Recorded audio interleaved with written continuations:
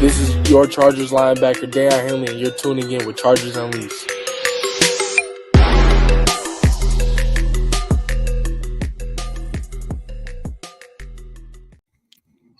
Welcome to another edition of Chargers Unleashed. Jake Hefner and Wolkenstein here with you from the LAFB Network. If this is your first time tuning in the show, make sure to hit that like and subscribe button on YouTube. We also follow us on Facebook, Twitter, Instagram, Spotify, and Apple Podcast. We are live. Thank you to everyone for tuning in. Let's have some fun over the next hour and a half.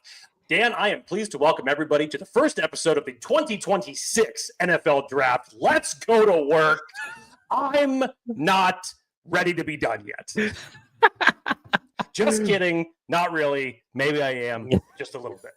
We'll never know. Welcome to Chargers Unleashed post 2025 NFL Draft. We got a lot in store for you today. We got some Chargers Unleashed hotline voicemails. We've got some folks talking NHL hockey already. We've got folks talking about Zion Johnson. We've got a lot of folks in here with comments and thoughts regarding this 2025 NFL Draft, what this offensive line could look like. But I think we wanted to kind of kick this off. And for folks in the chat, you know the drill. We love doing these. If you have any questions, if you have any topics, if you have any thoughts, feelings, whatever it is, put it in the chat. You can always call the Chargers Unleashed hotline as well. We are here for you. We will listen to you and anything you have for the next hour and 15-ish. 323-902-7586 is the number to the hotline. Got a couple in store already, but if you have any, it's not too late. Go ahead and put them in there. What are we drinking, ladies and gentlemen? I have a pickleball cup full of water, H2O, baby. What are you drinking, Jake? I'm empty. So, do you want me to blabber on for a bit and you can go get something to drink? No, I can exclude myself from this conversation. That's fine. Okay. In the chat, let me know what you are drinking. And also, last question before we kind of get started. Folks in the chat, who was your favorite, not the best, who was your favorite NFL draft selection by your Los Angeles Chargers? Because I think Jake and I have some thoughts on this and what that means for the rest of this team moving forward. But Jake, I have to ask you, happy hump day? Question mark? How are you feeling? I think I'm fully recovered off of draft / 40th birthday weekend. So good. I think we're back on track. Good. Well, Jake, we could just honestly start this thing right off with Dark Samus has a $5 donation already with a super chat. So let's get to this one. He says $5. Thank you so much, by the way. Zion is arguably the most athletic and strongest offensive guard in the NFL and is probably the strongest than any interior defensive line. He rarely loses one-on-one if he knows who to block. I mean, that's a very, very, very large asterisk in the if column. Yes. But we'll get into it later. But Jake, do you feel this Chargers has the starting five already on the roster for the offensive line?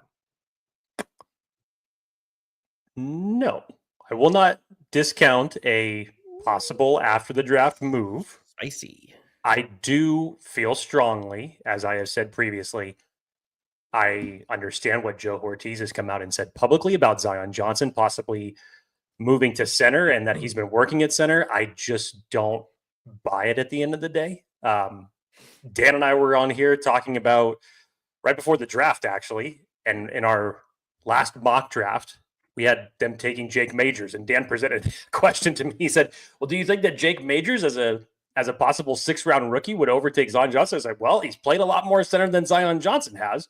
And I think that that's the exact same type of mentality that's going to win out during training camp. So I think your starting five is going to be Rashawn Slater, Zion Johnson, Andre James, Mekhi Becton, and Joe Alt.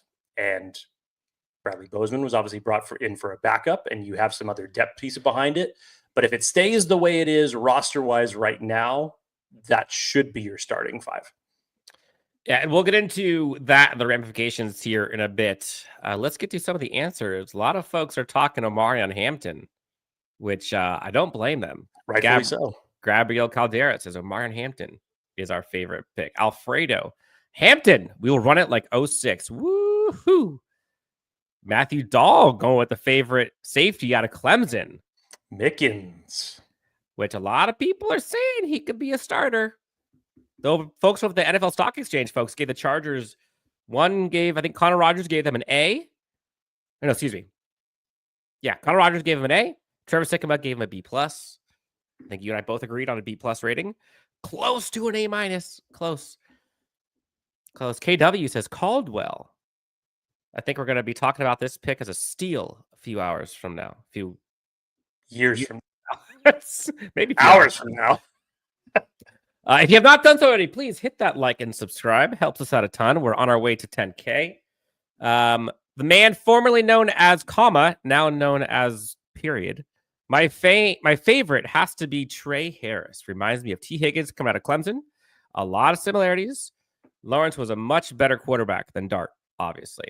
So, Jake, I think kind of to set off the to set the stage here, you and I kind of talked about for a long time, and Chargers fans, I think, generally have talked about this for a long time, how it felt a lot like this Chargers team, and specifically Justin Herbert, was kind of like behind the 8 ball a little bit and not really given the full complement and unable to realize his potential. And you hear the term like, let Justin Herbert cook, right? For good reasons. Jim Harbaugh, Joe Ortiz came in year one, revamped a whole lot of stuff. Could they revamp everything? Clearly not. Were they trying to give Justin Herbert some weapons, either on offense or defense, to be able to start maximizing his potential? Maybe. But there is no argument that this year, in 2025, through the offseason free agency, as well as the NFL draft, and again, we're not done, Joe Ortiz and Jim Harbaugh understood the assignment. And we'll get into all of the names here for a sec, but Justin Herbert's got a bevy of weapons now. And for all of us collectively who have been begging, pleading, praying for weapons for Justin and company, damn it, they brought them.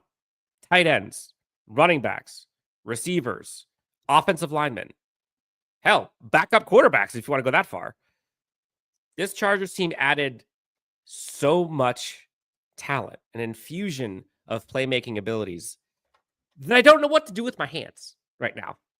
Like, I'm sitting here and I'm looking at the visuals that we have prepared for today, and I'm like, holy shit, dude. Like, this is an unrecognizable offense, it feels. What a difference a year makes, right? I think that the Chargers front office understood the assignment. Again, we've been talking about this so much that it is nice to have a transparent front office that's on the same page with the coaching staff. Because if you remember Joe Ortiz and Jim Harbaugh's comments shortly after the season ended, they said that they had failed Justin Herbert. They did not give him everything that he needed. And a lot of that was due to reasons that were left over from the previous regime, available cap space, what have you. They did the best they could in the 2024 NFL draft. Fast forward a year later, a lot of the takeaways that you get from that season is the running game for Greg Roman did not execute the way that it should, even with J.K. Dobbins and Gus Edwards, and at times at times with J.K. Dobbins producing the way he did and looking good while doing it. Your tight ends was a huge gap. Your wide receivers outside of Ladd McConkey was a huge, huge letdown for Justin Herbert. And they went into this draft understanding what it is that they needed to do. And even with a BPA mentality, Dan, I didn't feel like they reached for Trey Harris, Omarion Hampton, or Orande Gadsden. I felt that they got those in terms of good value in playing the BPA board the way they did. I felt that they did those moves strategically, as Dan liked to call it, strategic missile strikes, and they came away with a very, very impressive draft haul and immediate upgrades for Justin Herbert at running back, wide receiver, and tight end. Not too bad over the course of a 3-day period. Not too bad. Aether is here, Jake. $5 donation from Aether. This is all caps. I'm not going to yell it, but I'm going to do it in my calm, soothing Morgan Freeman voice. Oh, you're going to go that low with it? No, okay. I can't do Morgan Freeman. Are you ready for Herbert's MVP season? It's coming. The firepower. Love my GM. He is not wasting time. Let's go. We're about to hear a lot from Athir, I feel like, starting this offseason. P.S. That was much more soothing. Please do that from now on. Appreciate it. You're welcome. You're welcome. F the grade, says Sean Bergen. Let's play out. Yeah, I think I'm kind of with you at this point. I hope they let the FCC know, says Real UFOs by Keith Chapman, that Herbert is going to be bombs away. Yeah, I think so. That's kind of a good transition, Jake. Let's talk about that added firepower that Justin Herbert now has at his disposal for this Chargers 2025 season. Last year, lots of talk. We all remember it. This offense, especially the receiving core, was ranked close to, if not dead last, by many experts. It was based, and again, this was before the season started. It was like, we're basing all of this on a possible rookie and Quentin Johnston and DJ Chark and Josh Palmer and Darius Davis, maybe Semi Fehoko, Brendan Rice, Jalen Reagor, and a bunch of other dudes in there. Turns out, Lad's that dude. Quentin had a better 2024 season. We'll give him that. But as it turned out, Will Dissly wasn't going to be saving us come playoff time when it mattered most. Quentin Johnston wasn't saving him, wasn't getting open when it mattered most. Lad, even with 200 yards in the playoffs, wasn't enough. Offensive line got bludgeoned between Gus Edwards and J.K. Dobbins, unhealthy and or ineffective for a multitude of reasons. Justin Herbert in that playoff game wasn't himself. Again, many reasons for that, but in short, had a bad game. And then you heard GM, head coach, talk about the disservice they did to Justin Herbert. Now you fast forward. You bring in Tyler Conklin as a tight end, pass catcher, 4 straight years of 500 yards or more and 50 catches, I believe. You bring in Mike Williams. I think we've heard of him. 2 years removed now. They kept the lad himself, along with Quentin Johnston. They bring in a running back, Najee Harris, gives them availability, accountability, and there every day, so to speak. Then they go into the draft. They bring in tight end Orande Gadsden, who, again, my diamond in the rough. Omarion Hampton, the missile himself, the guy who is arguably the most well-rounded running back in the NFL draft. They bring in Trey Harris, who was a fan favorite at 55 at Ole Miss, who was tailor-built for the X position. KeAndre Lambert-Smith, they bring in as a receiver who's a burner with 4.3 speed. And all of a sudden, this offense is now unrecognizable. And that's not even counting the offensive line additions with Mekhi Becton, Andre James, etc. So I'll start this off, and I'll ask folks in the chat, I'll ask you this, Jake. From a firepower, from an offensive weapons perspective, purely, is this enough? If you want to call it a Super Bowl contending firepower, whatever you want to call it, is this now enough? Have they done their job? It's better. I'm not going to go as far as to say that the job's done, because you're going to have to reload again next year at certain positions at some point. But for a single offseason to combine free agency and the NFL draft, especially when you lay it out like this, rather than just going through the names, this is head and shoulders better than what the Chargers had for Justin Herbert last year.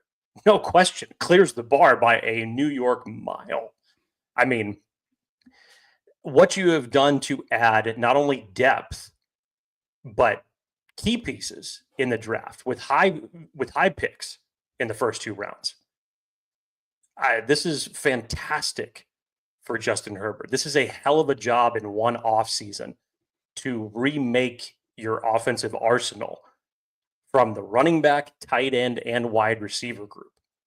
Sometimes you could only do 1 or 2 at best. Chargers hit it on all 3. That's damn impressive. They did. Mac 88. Competitors welcome. Keep the grades. Sure.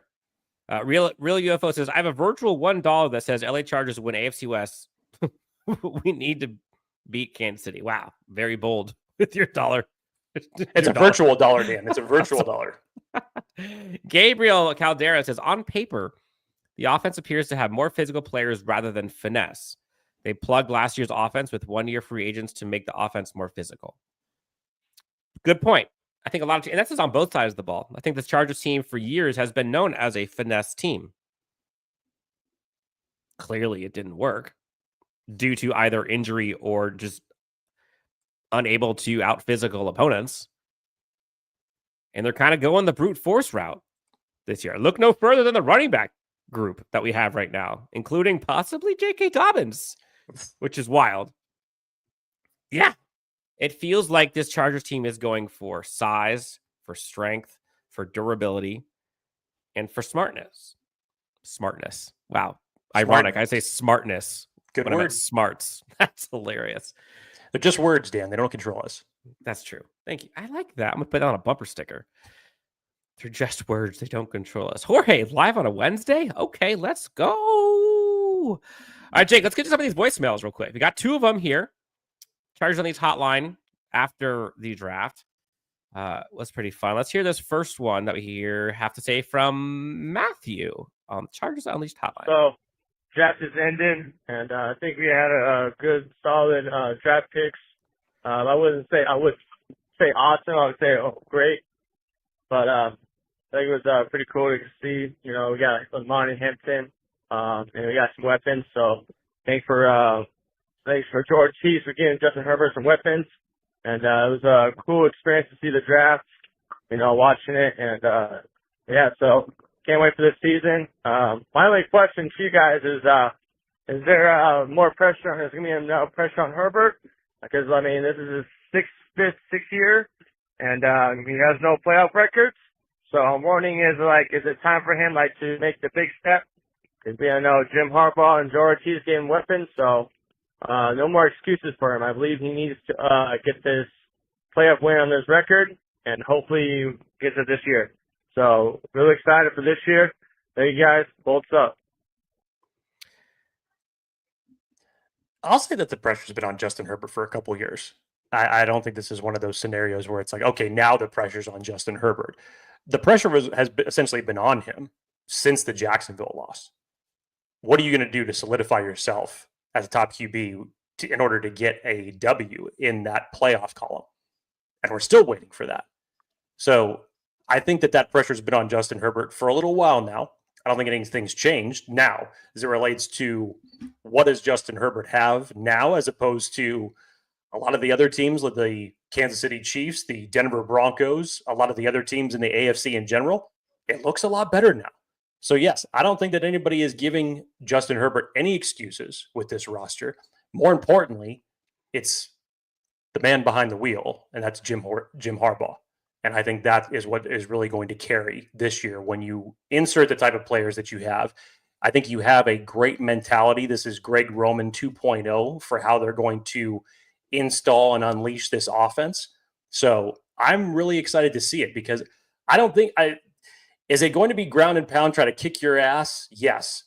But there are weapons now that the Chargers have accumulated to say, we don't have to just be a 5-yard team. We can take some shots. We can get it downfield. We can get guys in open space.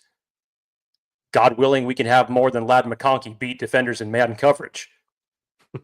So, yes, you got some variance to this offense, which is great. I do think Justin Herbert has, I don't want to say added pressure because the pressure's on, to your point, every season. But the larger point, and this is what you and I kind of talked about at the end of the season when it ended the way it did. If the Chargers did what we wanted them to do, and that was get Justin some weapons, there are no more excuses. He's had the weapons excuse. He's had the injury excuse. He's had the defense excuse. He's had the offensive line excuse. And all of them have been valid. Like, you can't discredit them. Could he have risen above and nonetheless? Maybe. But every one of those were valid. Like, remember, like, the defense was historically bad prior to last year. And after that, like, special teams randomly was terrible. Like, it was amazing the things that cost this team victories. Chargers scoring like 30-plus points per game and still lose because defense gives up more. And then they go out and get Joe Alt, go get Ladd McConkey. Year one in this Joe Ortiz realm, they're bringing J.K. Dobbins, Gus Edwards, bunch of offensive line free agents. But again, with no money, they were left with a ton of small deals. And they went from a 5-win team to an 11-win team. Now, the 5-win asterisk, Justin Herbert didn't play the last part of the season. But still, like, that team was not playing well. The excuses feel to be gone. Now, sure, can a whole bunch of dudes get injured? Possibly, like any season. But right now, like, this Chargers team is ready to win. Are there still weak links? We'll talk about that. I think there are people in the chat talking about that. Sure. But they're not nearly as many, and they are not nearly as glaring as there have been in years past. And I say years past, like not just last year. And we all want to give Joe Ortiz and company credit. Like, the credit that I give them is how quickly they have provided depth to this Chargers team. Because we all know it's not about the star-studded talent, quote unquote, which some might argue who that star-studded talent even was. But it's about the depth if when things go differently, go wrong, go sideways, go against the grain. And bold moves have happened, right? Joey Bosa, no longer a Charger. Keenan Allen, no longer a Charger. Michael Davis, Austin Eckler. There's a bunch of dudes that are no longer here that we forget about real quick. And this Chargers team with a ton of money went the route of value. And now, zoom out. Look at the depth. And we can go position group by position group if we want. But like, even just the running backs, we mentioned it before. Like, people are talking about J.K. Dobbins, which was a random thing that I did not know about until today. Possibly coming back for $2 million if another team doesn't pick him up for more than that. And if they do, then we get a comp pick. We being the Chargers. But Omarion, Hampton, Najee Harris, J.K. Dobbins. And then, oh, by the way, you got Rocket Sanders and Kamani Vidal, who, if you haven't seen Rocket Sanders, go. Like, he was one of my favorite watches in the NFL draft. That's a hell of a turnaround in one season. A hell of a turnaround. So what do you make of the, I guess, is like, I firmly believe it is enough. All the things that Chargers fans have been asking for have been brought in. Just go back 10 seconds to when you were talking about just the running back room alone. Who the hell is getting cut? And I'm not trying to be morbid on that, but I mean, like, really? Like, that is a nasty running back room, especially if J.K. Dobbins ends up returning to this team, which I was a huge proponent of. I thought he earned that second contract. And here comes Joe Ortiz with a win-win scenario, very savvy and smart move, because nobody had picked J.K. Dobbins up off the free agent market. So he signs him to this very interesting tender that if he's not signed by a certain date, that he will be with the team. Or if another team wants to sign him, that the Chargers are going to get a comp pick in return. Now, not to say that the J.K. Dobbins wouldn't help, but Jesus, it's the running back room's already loaded, and you want to insert J.K. Dobbins into that fold? That's just one position group that we're talking about here. And look what you did through a number of different moves. Crazy. It was. Cameron says, we've never been more equipped as a team and organization to compete in the division in the AFC in the Justin Herbert era. This is Herbert's year to make people respect him in the Chargers. But that first sentence, we have never been more equipped as a team and organization to compete in the division and the AFC in the Justin Herbert era. So we can talk about draft grades all we want. We can talk about reaches and value, all that stuff. Bar none, this is by far the deepest this Chargers team has ever been in the last decade, ever. I don't think that's even a remote question. It's crazy when a new organization comes in and takes the helm in the right way, right? Yeah. Sweet Jump says Herb needs to level up to take this division. The time is now. Agreed. Brady asks, is Dobbins coming back? Jake, do you think Dobbins ends up on the team? I think there's a path for him. I do. I think he deserves it. Honestly, I think there is honestly a path back for him, especially under this tender now. That if you were to tell me that going into this next year that J.K. Dobbins all of a sudden is your RB 2/3, holy shit! From what we saw from him last year coming back off the injury, looked pretty damn good to me. And now you've essentially reloaded and upgraded that running back stable. Shit, I don't care. Go ahead. The guiltiest charge, guys, asks Dan, said QJ isn't going anywhere. They said the organization loves him. If we are under the assumption of best player plays, then shouldn't that leave the door open to trade Quentin?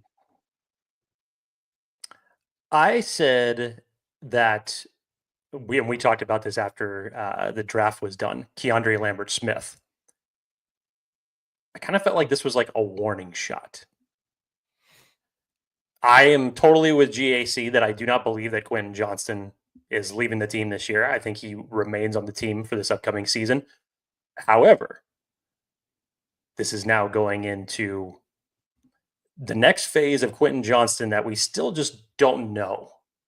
Was it better last year? Yes. Hold up.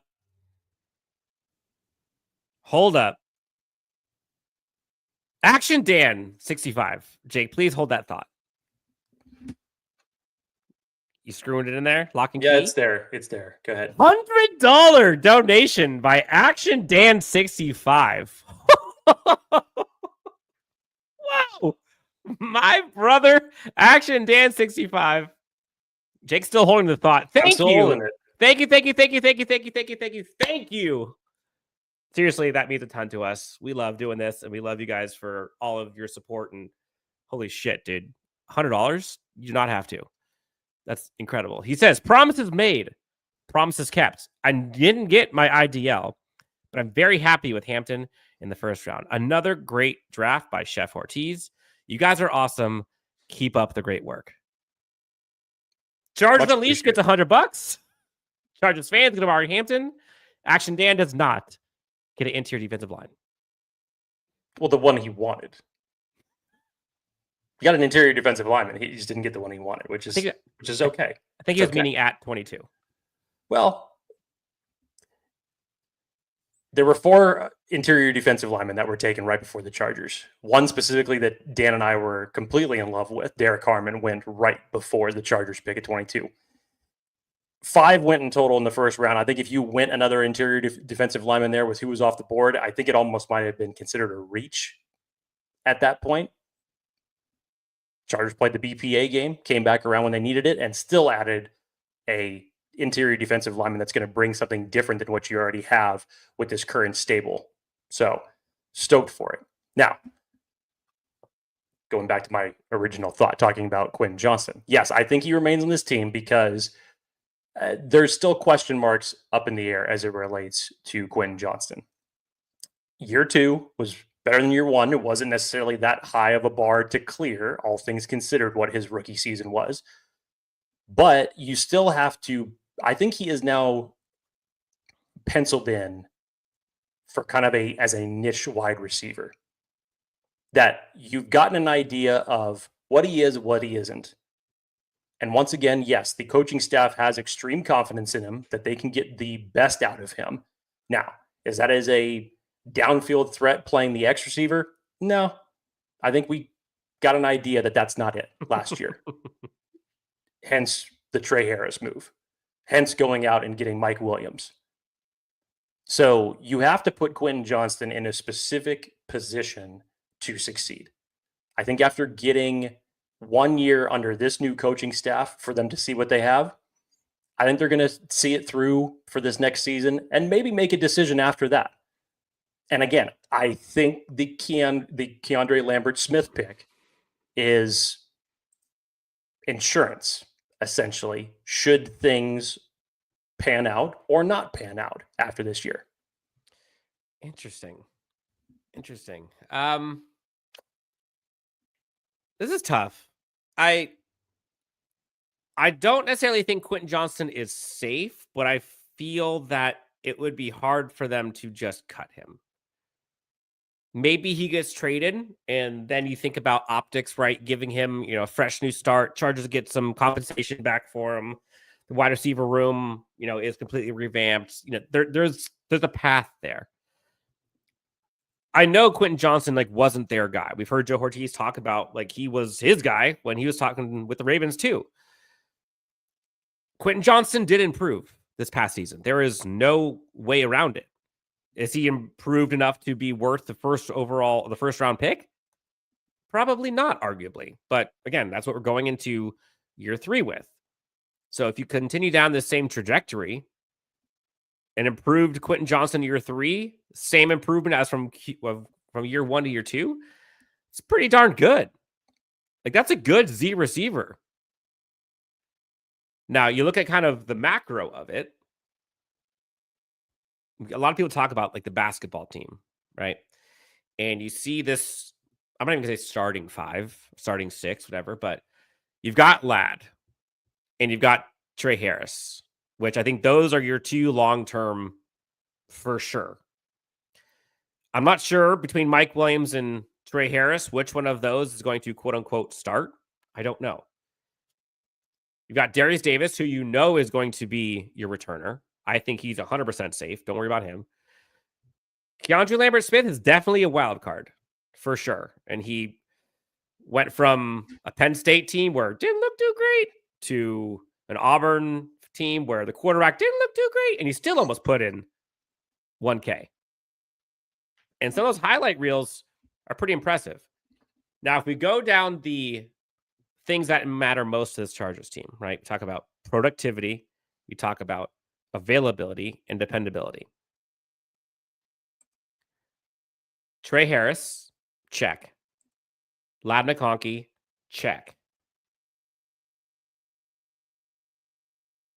Everything else is a question mark. Mike Williams, when healthy, asterisk, right? Quinn Johnson, all the athletic traits in the world. KeAndre Lambert, we've heard excuses. Darius Davis, he hasn't really been utilized that much, at least on the offense, as much as we would like. Maybe sometimes last year by necessity. But regardless, you're feeling so much better about this Chargers team and this wide receiving core this year than a year ago. Literally 3 of these dudes who weren't even here.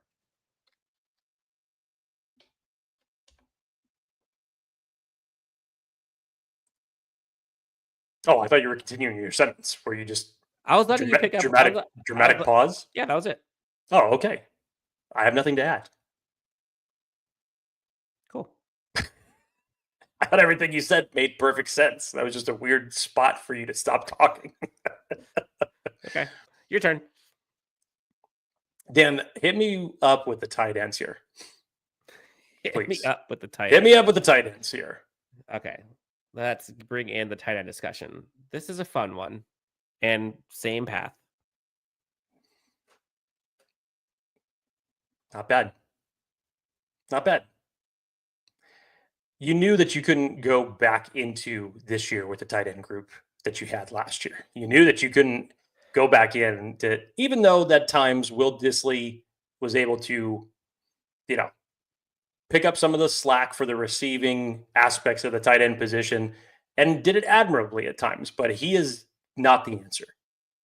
So you go out and you get Tyler Conklin in free agency on a 1-year deal for a guy who has terrific hands, one of the better pass catching tight ends that was available. Yes, I know, not part of the big tight ends of the Evan Ingrams or ones that we wanted to trade for, but still for the ones that were available, fits the bill for a good receiving tight end. And then you pair that up with getting one of Dan's favorites the entire draft in terms of a receiving weapon, a receiver turned tight end himself, in Orande Gadsden. You trade up for him in the 5th to go get him. And all of a sudden you look at it like this and you say to yourself, Tyler Conklin and Orande Gadsden do not need to worry about blocking. Will Dissly and Tucker Fisk are going to handle that bill. And may not come by 1 player, but by 2, that all of a sudden Justin Herbert has some legitimate receiving threats at the tight end position. Dan Siegel says, I heard that Orande, if not for his injury, would have been the tight end 1 last year if he was in the draft. Fun fact of the day. I mean, he had this season, it was a very nice comeback after essentially losing 2023 to the injury. I don't know about tight end 1, but yeah, he would have been a much higher draft selection than 5th round trade up. Yes, I would go there. Brad says, we got way better at tight end, and I'm a fan of Gadsden. I'm glad everyone's coming around to my boy Orande. Talk about Orande a little bit, Dan. I feel like I've talked about Orande for so long, but sure. It's okay. You could just take another awkward pause and just end your sentence. Okay, I'll say this. No. Perfect example of it. No, Syracuse Orange, though. Orande Gadsden, so fun. This kid's got like a 10-point something ADOT. I think it was 3 dropped and 100 and something targets last year. Converted wide receiver to tight end. Smooth, man. Like, again, we're talking about like the Fergusons of this year's draft class. We're talking about the Elijah Arroyos of this class. We're talking about, the top 2, clearly. Colston Loveland, very, very top of it. But like, these are all like pure pass catchers. And that has been what the Chargers team has lacked substantially. Like, they guys haven't had a lot of athletes like this. If you want him to block, put in Will Dissly. If you want him to block, put in Tucker Fisk. 11 personnel is going to be freaking sick. 12 personnel. It's going to be sick. This guy is just a smooth criminal, dude. Like, go watch some of his routes. Go watch some of his hands. Look at some of the catches he's had. He's got wiggle. He's got the size, 6'6", 240, I believe. Jorge says, we got awkward Dan. Ran the second fastest 40 out of this entire tight end group just behind Ferguson. 5 games for over 100 yards this year. Had one of the best catches of any player against Boston College. And just like the Trey Harris move for the Chargers, you look at the contested catch rate in terms of these selections. 17 for 28, I believe. This was strategic by the Chargers in doing this. Not only are you getting production, but in terms of guys who can catch in traffic, Trey Harris and Orande Gadsden can do that for you. Who does Gadsden remind you of, Jake? I've talked about this a ton, but who does he remind you of? When you were on with the director, people were throwing out Darren Waller comparisons. I'm with you. I don't necessarily see Darren Waller just because I see just a much more slender build in Orande Gadsden. I think it's more kind of like a souped up Stone Smart if we're just talking measurables. Maybe a little bit more in kind of the Evan Ingram build a little bit. Again, not the biggest, still a little bit slender for the position in general. Not a blocker. But if we're just talking measurables, that's kind of what I see. Now, trait-wise, that's different. Dan, who do you see? There's been a few. Like Terrence Ferguson, I thought I've always said, like, he reminds me a lot of him coming out of the draft from Oregon. But I think he's more athletic. I think he has better hands as well. I like your comp. I like your pick. I've seen people talk about Isaiah Likely from the Ravens. Like, that's another one I've seen float around. But he's kind of his own. He kind of has a slower, like a Drake London archetype.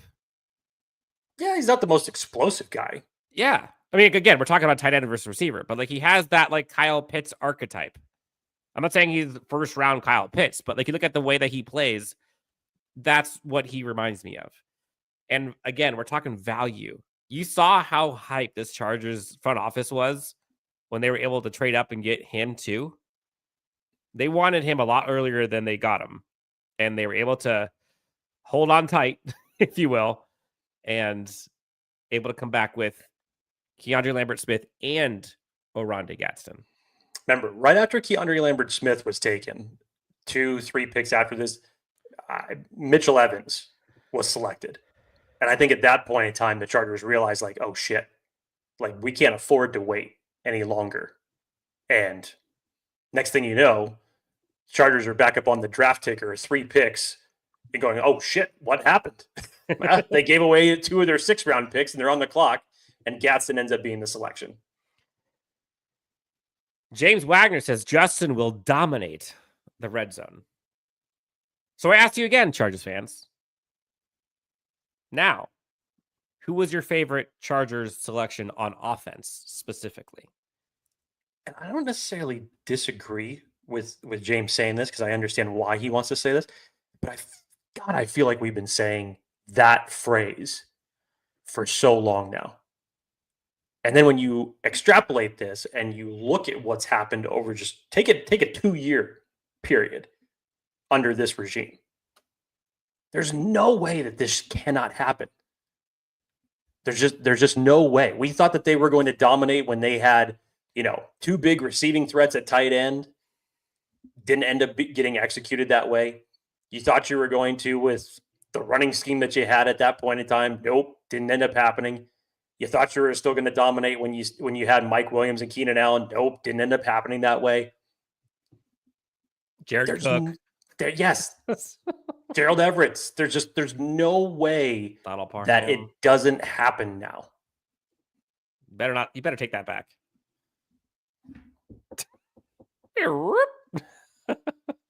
Jeremy, again, I've been saying it for years, and I had agreed with that whole sentiment in terms of how the offense was supposed to be executed by said offensive coordinators. It just didn't happen that way. Jeremy says Telesco would have messed this up. There's a lot he would have messed up. Let's just be honest. Okay. Yeah. No, I'm with you.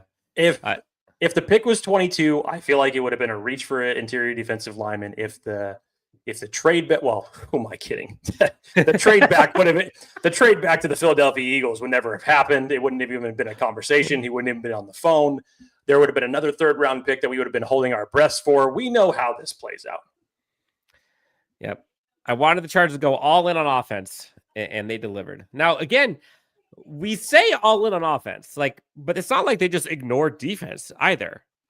Now, they prioritize offense in some times. They prioritize defense at times. But you look at both the offseason free agency and the draft, they were pretty balanced. And we haven't even really talked much about the corners, the safeties, the defensive tackle, the edge, anyone that was selected by the Chargers in the NFL draft. And I know it's because people are pumped about this Chargers offense, and we are as well. But this Chargers defense, would you say it's better than last year right now? And I think, before you answer that, again, we're talking about top scoring defense in the NFL.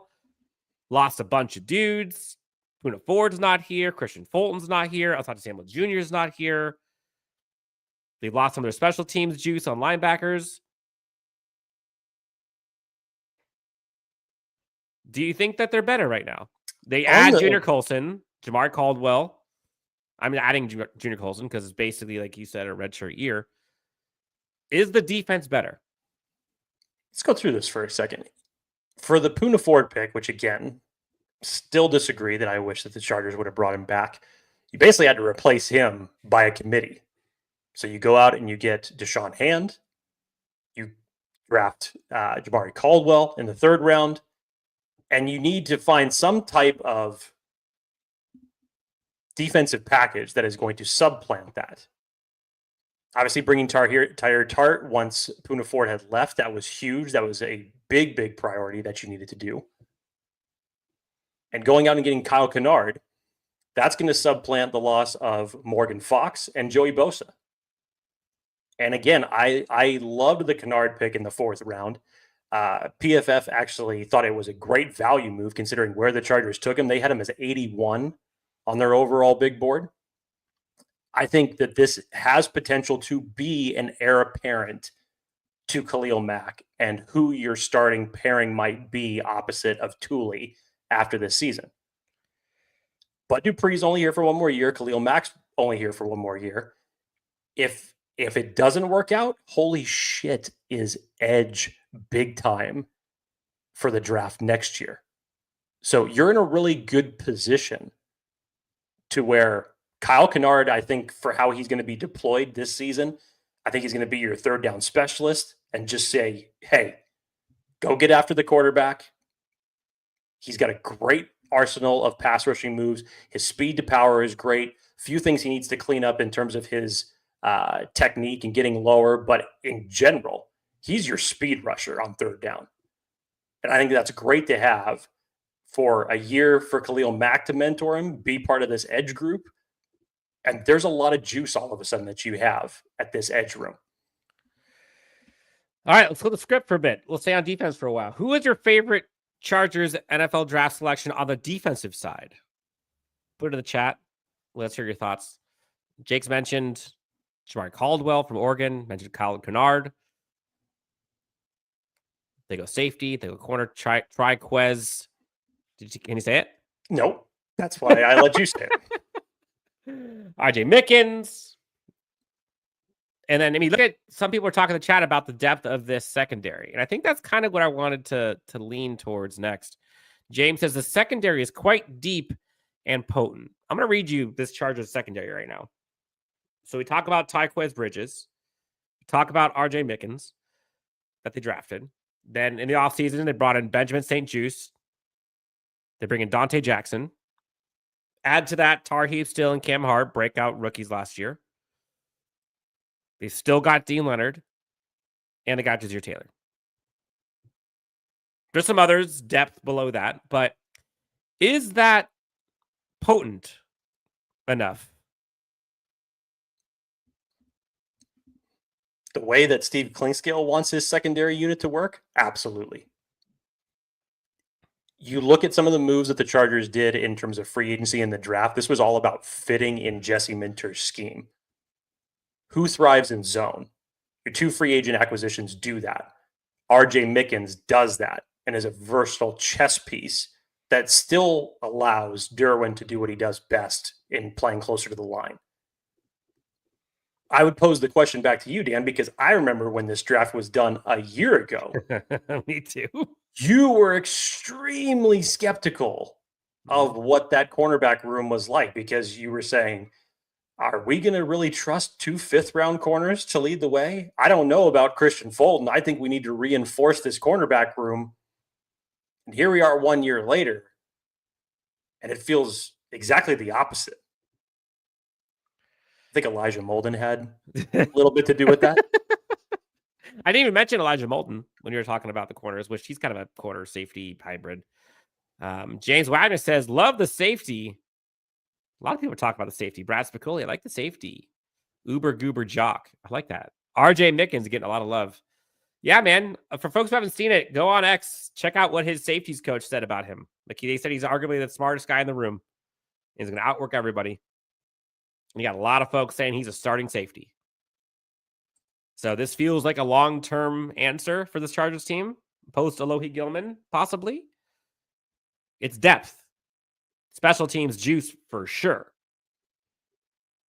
But yes, I think this Chargers secondary is definitely deeper than it was in years past. And if we're going to buy the Steve Klingscale, Jesse Minter effect, then yeah, you should. I'm good with it. I'm good with it. Jeremy L says this secondary is fire. Question: do you feel that we have a shot at Jalen Ramsey? Asks Brad Spicoli. No, not now. And I feel like if the Rams are going to unload him, they would have done it during the draft. So, who knows? Things could change between now and the start of the season. And we've heard that we hear this talk every now and again in terms of teams that are open to trade. It doesn't end up playing out. But I would say now, just given where the Chargers are at and given the moves that they've made, both free agency and draft alike, I'd honestly be shocked if they were able to pull that off. I'm not saying no. I'm not saying no because I reject the move. I understand what that move would do. But I'd put it as a very low probability. I would too. Chargers Unleash hotline 323. And I'm sorry, I meant Dolphins, not Rams. Excuse me. That's okay. 323-902-7586 is your number for the Chargers Unleash hotline. We'll get to our second voicemail here. Real UFO by Keith Chapman says, they need to release Derwin James, letting him go after the damn quarterback. When I first read this, I was like, why would you release Derwin James? Change the wording just a little bit there. They did a little bit last year. And I think they will do more this year. Yes. Derwin James is a heat-seeking missile when it comes to rushing the quarterback. Hell, and TFLs. The dude is an absolute beast. Brad says, it's okay. I'm high too, Jake. I've been getting like the high comments this entire show. I'm like, look, if you want me to come on, but if you want me to come on here, like, hey, I'm fine. I got stogies over here in the bar. Yeah, what happened to those? You know, we know. Day two there were more libations than brain cells on day 2, and that's what happened. Oh, if this phone could just be turned around and show Chargers fans some of them.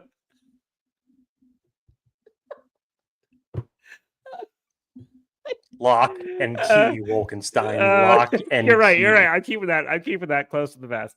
Yeah. Chargers Unleashed hotline. Let's hear our next voicemail from friend of the show. Hey, Bob from Boston, boys. So, Jake, last time I called in, you were making fun of my accent. Making fun? That is not true. Let's clear this up right now. I do not have an accent. You guys have an accent. Okay. Now, Jake, you better be careful. You would be much happier if I kept the howitzers trained on Dan than on you. Don't get me started on that Southern Cal touchy-feely slate gray paint color in your broadcast room. What do you call that? Meditation gray, fusion gray, eternity gray. Pause. It's called black bean soup. Okay? Continue. Wise up, Jake. By my count now, you have said that 134 college players are a great fit for the Chargers.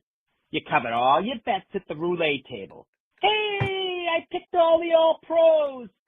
Jake, the best thing you can do is lay low and let Dan take all the shots from here on out. There's a lot of slanderous comments in this voicemail here. Number one, I have never once made fun of Bob from Boston's accent. As a matter of fact, I love the Bostonian accent. It makes every story that Bob from Boston has said when coming on this show that much better. So some things need to be checked, but I get what he said. Totally fine. Totally fine. Dan, he wants you to take free pass for you. Okay, the draft. Free pass. Finally, I get off scot-free in this one. Someone's telling me that someone paid someone under the table to come on here and say some slanderous comments. Well, what was it? We got $100 already today. So. Yeah, did you take that and did you give him the money already so he can come out here and say this? How this is gonna work out. I believe in Ortiz, Jake. I'm going to help you learn how to pronounce his name. Think of the lady of the night who is a tease. Say it with me, Jake. Ortiz. Okay? This genius knows how to make picks. Man. God. I'm trying to think. Like we should have like a segment on here. Like, learn the alphabet with Bob from Boston. And it's like, this is how we're going to pronounce Chargers players' names. Lady of the Night and Tease. Ortiz. Harris round 2. Kyle Kennard in round 4. And Gadsden. Come on. Solid picks. I think the big thing again is we have a team that lost composure over one play.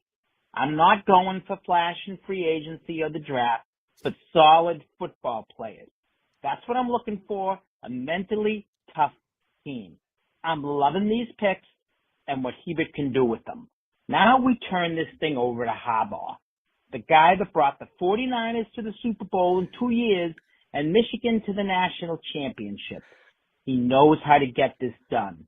He'll be patrolling the sidelines like Mrs. Cleo with a bullwhip, and we're going to see a disciplined football team that does not crumple under pressure. Biggest thing. This coach is now going to go to work and put us back on track for the Super Bowl. I am officially feeling really good about this offseason. Now we're going to sit back, watch, and grade out Jake's 134 good fits for the Chargers while I park my car in Harvard Yard. Listen, I hate Harvard. Stuck-up piece of crap, candy-ass girly school. Who the hell would go there? Keep up the good work, San Diego. Chargers unleashed. Very ironic that Bob from Boston hates a lot of things from Boston. That's very weird. Maybe he's in Orange County. Who knows? But damn, it's always a joy when Bob from Boston comes on the show. Johnny Dove says Jake is getting lambasted. Like, what the fuck did I do to get so many strays? But hey, if it makes the show fun and entertaining, I'll take them all. It's fine. Jeremy L says, make a shirt with whore-tees, GM of the Chargers. Put like the W in quotation marks in front of the H. Whore tees. Jeez. This is why we can't have nice things. Whore tees, Miss Cleo patrolling the sidelines with a whip. What the fuck just happened? So good. What do I even say after this? Mrs. Cleo with the bull. Good Lord. Oh gosh. Let's try to regain our composure and get back to the show. Okay. Dan's about to die. Where was I going? I gotta wipe these tears from my face. Okay. So I think Chargers fans were really, really wondering if this Chargers offensive line was gonna be okay. I'm wondering if you're gonna be okay, Wolkenstein. Jeez. Okay, hold on. Oh, okay. Okay, Jake, go. The Chargers offensive line. Okay. Woohoo. Is the Chargers offensive line going to be better this season? I think Mekhi Becton goes a long way to saying that that's an improvement. You still have questions, though, as it relates to Andre James, Zion Johnson. This was a big question that came out during the middle of the rounds, and I had this conversation with Dan off the show, that everything that we had been led to believe from Joe Ortiz, Jim Harbaugh just a year ago, offensive line are looked at as tip of the spear, also looked at as weapons. So it was a little bit surprising when you see players like Miles Frazier that for whatever reason are dropping to where they were, that you felt like the Chargers could have gotten some really good value had they made Miles Frazier a mid-round selection. So I'm still a little bit perplexed as not as, and this is, no declaration of Branson Taylor here in terms of where the Chargers picked him up or his skill set, but in terms of what the Chargers are talking about and the fact that Andre James is only on a 1-year deal, you still have question marks there. You still have question marks. And remember what Joe Ortiz's statements were just before the draft, when he was getting asked about the offensive line, and he basically kind of, starkly said, "Is like, well, I think they did pretty good last year considering the fact what our record was in making the playoffs. And was it better than previous years? That's arguable. But there was a lot of other reasons why the Chargers made the playoffs. I don't think that people would say the offensive line was the top one for sure. So given this philosophy of this team, and building that up and giving protection for Justin Herbert on top of the weapons that they already went out and got, that was just a little bit of a surprise to me, Dan. What say you? You need to take yourself off of mute after your laugh fest. I was squealing and I had to mute myself so I can compose myself. But I think I'm back. Branson Taylor was drafted. Do I think he's the answer? It's hard to say yes. And I think that's where my one trepidation was like, I think they could have, again, there's, you got to weigh it, right? Like, would you rather have the weapons, the firepower, the depth, or the offensive line depth? A lot of people would argue offensive line, and I get it. As much as I would have loved to see this Chargers team go out and bring in a Miles Frazier, Tate Ratledge, Gray Zabel, whoever, right, to be their starting guard and it actually panned out, like that would have been amazing. But you never know. And the more, and we talked about this briefly on the last episode, Jake, but like, yes, the goal is to have a punishing offensive line, and you want to have an absolute beast, tip of the spear, monster, all the euphemisms, whatever. But when you've got the guy like Justin Herbert and a head coach like Jim Harbaugh, and you've got a Lad McConkey, and you've got two stalwart, as Jim Harbaugh likes to mention, in Joe Alt and Rashawn Slater. You bring in the road grader himself, Mekhi Becton. You bring in Andre James. There's a battle at left guard, including former first-round pick Zion Johnson, Bradley Bozeman, Jamaree Salyer maybe, Branson Taylor now. Is it perfect? No, but that is damn good, dude. Like, beggars can't be choosers. And when you have guys of that caliber, you add Trey Harris, you add Najee Harris, you add Omarion Hampton, you add Tyler Conklin, you add Orande Gadsden, you add Mike Williams, you add KeAndre Lambert-Smith. At some point, Justin Herbert and company need to lift this team up. You can't just use the excuse, oh, well, the offensive line needs to be better. Like, the offensive line can always be better. But you make do with what you have. You've got a damn good blocker in Will Dissly at tight end as well. You've got pass blockers who are really good in this running back room right now. Najee Harris and Omarion Hampton are both really good run blockers, or pass protectors, excuse me. So as much as that is an issue, and as much as that is probably the main reason why I have the Chargers getting a B+ grade, quote unquote, versus the A-A, but doesn't mean that they shouldn't be contenders for a Super Bowl this year. 100%. They absolutely have the pieces on offense to go win a Super Bowl. Now, is the left guard maybe the weakest position? Sure. But every team has a weakest position. Just depends on how high or low it is. Yeah, I'm not expecting perfection here. I don't want anybody to get the idea that that's what I'm looking for. So many times that Dan and I have both said, as transparent as this front office is for things that they've said, and just in given that particular scenario, especially after saying that they aren't sure that they're going to pick up Zion Johnson's fifth-year option. Normally, they try to cover their bets pretty well. And I agree with Dan. It's not perfect. There is not necessarily saying here that Frazier was the missing piece, but in terms of getting value for someone that performed that well in college and where the ranking was, I felt that the Chargers may actually have taken an opportunity to do so. Now, big time questions at left guard with Zion Johnson. I still do not buy this whole talk of Zion converting to a center position. I feel like this is the opportunity that Joe Ortiz is putting out there to say, can you challenge yourself? Can you make yourself more versatile, more valuable to this team? We'll see, but I just don't see at center Zion Johnson beating out Andre James. And I feel like the five that you see right here, if there is not another free agency move done, which there still could be between now and training camp, I feel like as of now, this is your starting five. Yeah, and I push back a little bit on this too. Like, I've never once said, no, he's the answer, right? Like, I think he was a answer this Chargers team could have done, he being Miles Frazier or Tate Ratledge or Grady Zabel, or pick any one of 6 offensive linemen that we've mocked this Chargers team over the past few months.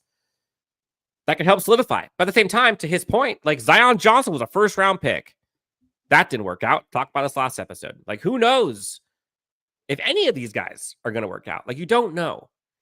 And so you could argue the ceiling of Zion Johnson is as high as anybody's. He's got to get there.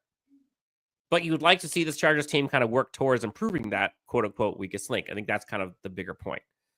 Skinny Benny Blanco. Great pod, guys. Awesome content. Thank you. Thank you so much. KLS and Branson Taylor, or Miles Frazier and Ricky White? Hindsight will always be 2020. I think if it was me right now, I maybe would probably go the latter, but I don't know. Like, KLS might end up being an absolute stud. I think he brings way more than Ricky White would in terms of ceiling. But who knows? Who knows? Maybe this year, now that he's got Andre James next to him at center, who knows? Maybe Zion Johnson's a baller, right? Maybe Mekhi Becton is so insanely big and Joe Alt is so insanely massive and awesome that that whole right side is going to be just an absolute mammoth, and it doesn't matter who the other side is. Like, who knows? Who knows? A much-needed defensive tackle was a great pick. Jake, I think Jamaree Caldwell was a player that you heard a lot of folks talk about as like their guy, like fits a specific type. You know, I use the term targeted missile strikes, like I said earlier. I would say consensus board, he's probably a bit lower than people probably had him with the Chargers at 86. But if you're looking for a specific fit, we talked about Poona Ford leaving. Like, you couldn't have a better fit for the value, in my opinion. I mean, we probably would have been talking a lot more about Jamaree Caldwell had he not been playing next to Derek Harmon. I think in terms of what your interior defensive line room was before the Chargers drafted Jamaree Caldwell, there was a huge aspect in terms of pass rushing traits that was missing. Enter Jamaree Caldwell for what you have. And he has a good mixture to where he can line up in multiple spots along the defensive line, can give you a good boost in terms of the run game, can absolutely give you the boost that you need in terms of rushing the passer from the inside. So the more you look at it and the way that this board fell, you love the Jamaree Caldwell pick. Yeah, I do. And a lot of people are kind of poo-pooing him as if like he's not a pass rusher. Like, I think people are kind of missing the 2023 film as if it just didn't happen. Jamaree Caldwell can rush the passer too. He had 6.5 sacks, 8.5 TFLs, a block kick, and a forced fumble in 2023. 10 starts. 6.5 sacks as defensive tackle is pretty good. And then he showed last year his run defense. Now, the Chargers team is probably thinking, hey, why not both? Right? Why not both? So I think the Chargers took the board, ran with it as far as they could. There were some tough decisions. You saw they almost traded with the Eagles. And rumor has it that they were the ones that basically said, nah, we're just going to stick and pick at 22. Omarion Hampton was their day one guy that was left. So, yeah, Jeremy L says he is legit. Craig Rogers, I'll leave this for you, Jake. Did Kennard benefit from Sanders and Tonka being dominant? Sure. But look at the situation that he's coming into now. You feel pretty good about it. Feel pretty good about the guys that he's playing next to. And essentially when he's going to come into this defense as your, call it, edge 3 and have one job to start off, hey, it's 3rd and 8. Go get the quarterback. Let's go. Matt says, Orande Gadsden reminds me of, and I would pray, plays like Isaiah Likely. I've seen Isaiah Likely. Folks in the chat have brought up Vincent Jackson a little bit. RIP. He definitely has like that type, right? And I kind of wanted to use this time now as we kind of close out, Jake, is it's kind of project a little bit here. Like what we / maybe what fans think that they're going to expect from this new offense in 2025 and how it differs from years past. Like you look at the stable that they have. Like you start at running back, you've got the 4-headed, if you want to talk about right now, you've got Najee Harris, Omarion Hampton, at this point right now, J.K. Dobbins, and then there's a fight between Rocket Sanders and Kamani Vidal. Hassan Haskins is in the mix too. That's the running back difference. Receiver difference, there's a shit ton. We talked about all that. Tight end, there's a shit ton difference. Offensive line, shit ton difference. We we've gone through it. But what are the big themes to Chargers fans, that will be different or more effective this year versus last with this crop of talent? I look at the wide receiver moves, Dan. And whether we're talking free agent or draft picks here, it shows me a little bit that I think that Greg Roman is going to try to add a little bit of a wrinkle to his offense. Rather than it just being run dominant, which he's not going to go away from that and having the run game dictate the pace and being the first option. But I feel like he's going to take this as an opportunity, much like he did after the Denver Bronco game. Oh, no, excuse me. Yes, just before the Denver Bronco game, where weeks 1, 2, and 3, it was the J.K. Dobbins show. Raider game, Panther game, Steeler game, that's what you really relied it on. Then you had a bye week. Then you came to the Denver Bronco game, and things started to tweak a little bit because everybody was asking, where is Justin Herbert in this offense? Why isn't he throwing the ball more? Now, did they completely go away from the run game? No, they didn't. But they allowed Justin Herbert to open it up a little bit more.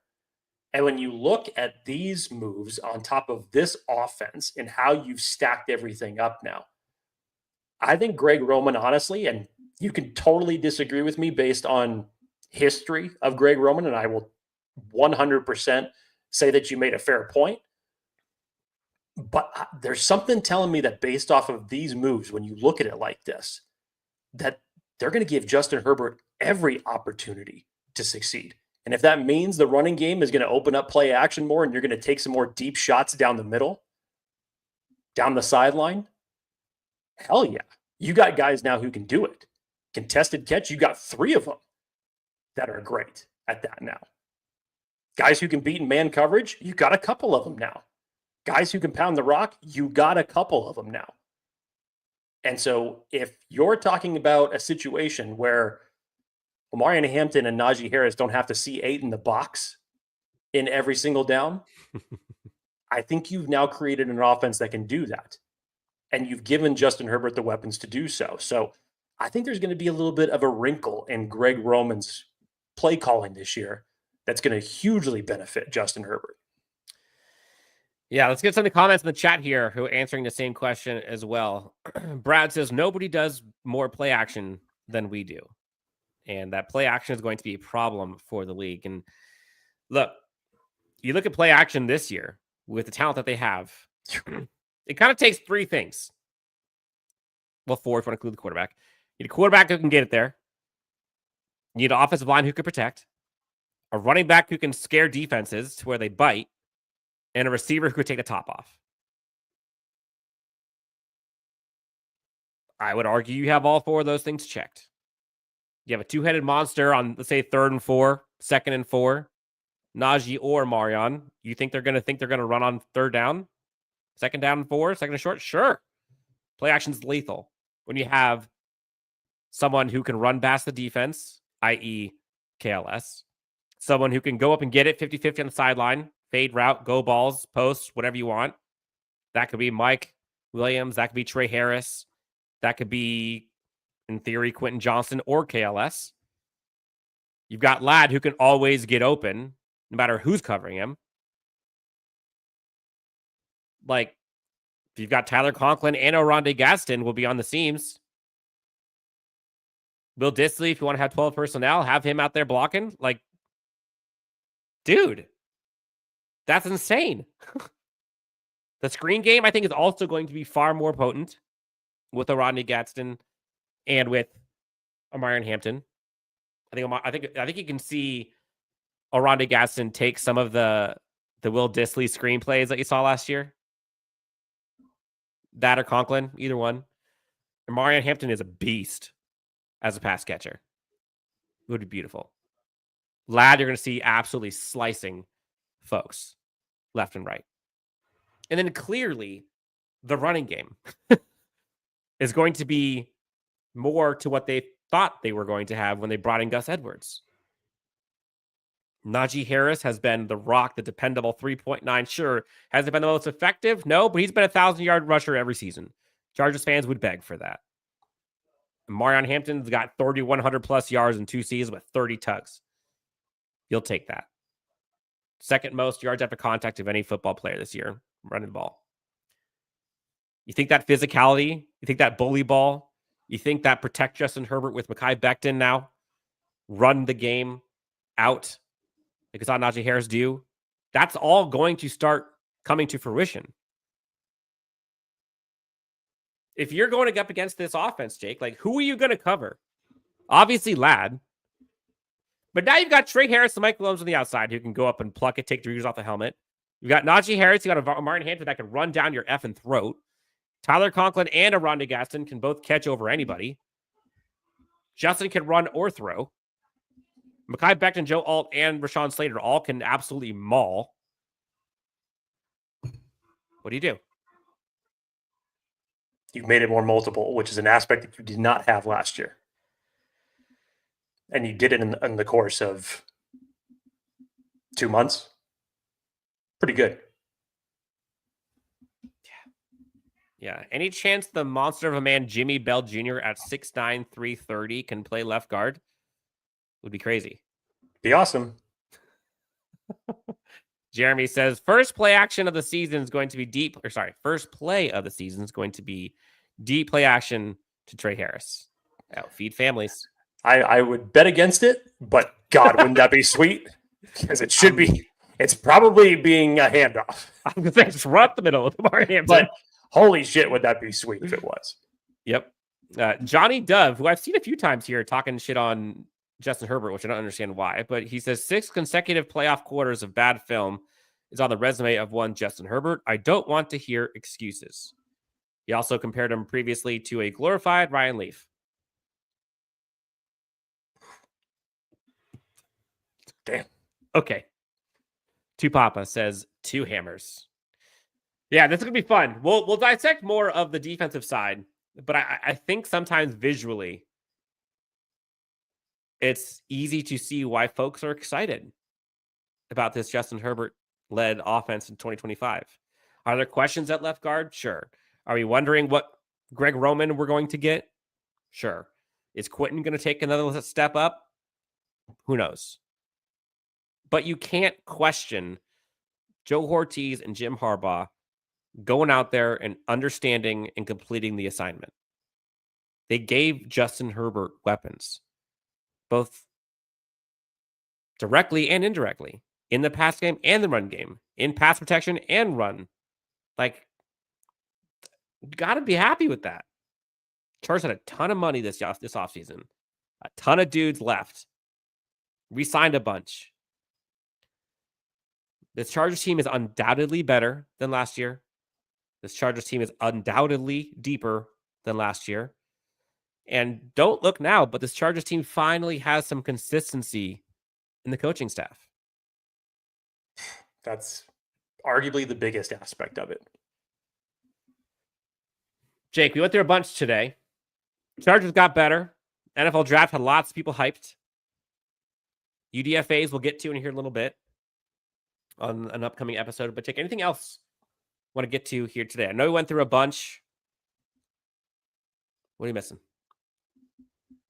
Not missing anything, man. You know, I love these live shows. It's great to interact with everybody, hear everybody's opinions, thoughts, especially just with the highs that everybody is on right now in terms of coming off the NFL draft and obviously getting ready for the season. And we're still not even in May yet. And a lot could happen between now and the end of training camp. So it'll be an exciting, if the offseason wasn't exciting already for the Chargers, it's going to be exciting over the next few months as we get through OTAs, as we get through training camp, and ultimately gear up for this upcoming season. But yeah, I love live shows like this. I appreciate everyone for coming in. Always appreciate the comments and banter, and for some reason, slanderous strays that I had to dodge out of the way from Boston today, but I'll take it. I love the discourse. So always fun. All right, let's do a few rapid fire here before we round out the show. Papa says, should the Chargers had made the trade with Philly, would you have done that? Let's assume we got a haul. We don't know specifically what it was for. And if Omarion Hampton was the target for the Chargers all along, then I would say no. Because most likely to me, he doesn't drop out of the first round. And so if you dropped all the way back from 22 to 32, this is coming from me, being the trade down proponent that I am.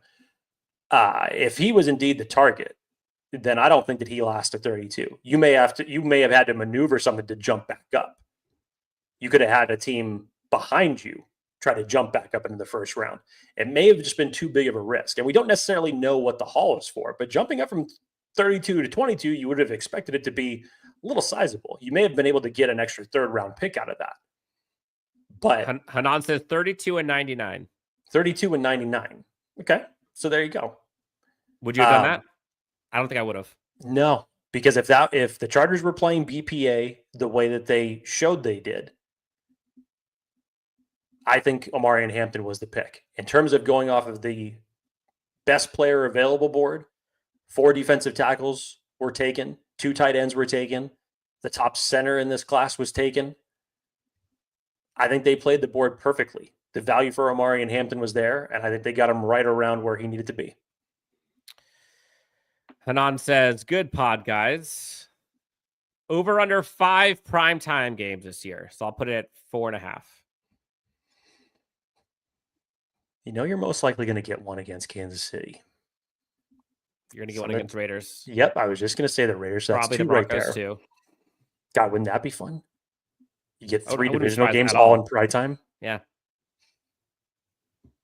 Over. This is a good line. Number 1. I'm going over. How many did they have last year? Was it 5? It ended up being 5, I believe. I think they got flexed at the end. Because you're playing a much tougher schedule this year. That's the other thing. So yeah, I'm going to say over. Yeah. Last one here. Mehul Saini. Apologize if I say your name wrong. Kennard is winning Rookie Defensive Player of the Year. Mark it. Stamp it. Yeah?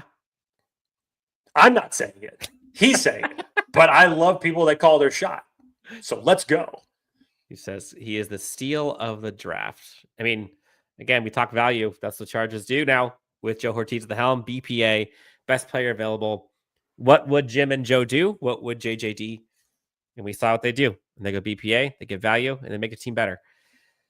This was fun. We love doing live shows, especially on a on a midday.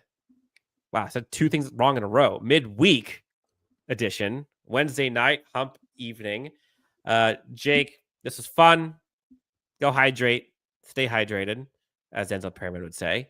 Thank you. Chargers fans, appreciate you guys and gals as always. If you haven't done so already, please do that thing where you hit that like and subscribe on YouTube. Helps us out a ton. Leave a review on Apple Podcasts or everywhere you get your podcasts. Let us know what we can do better or worse if you want.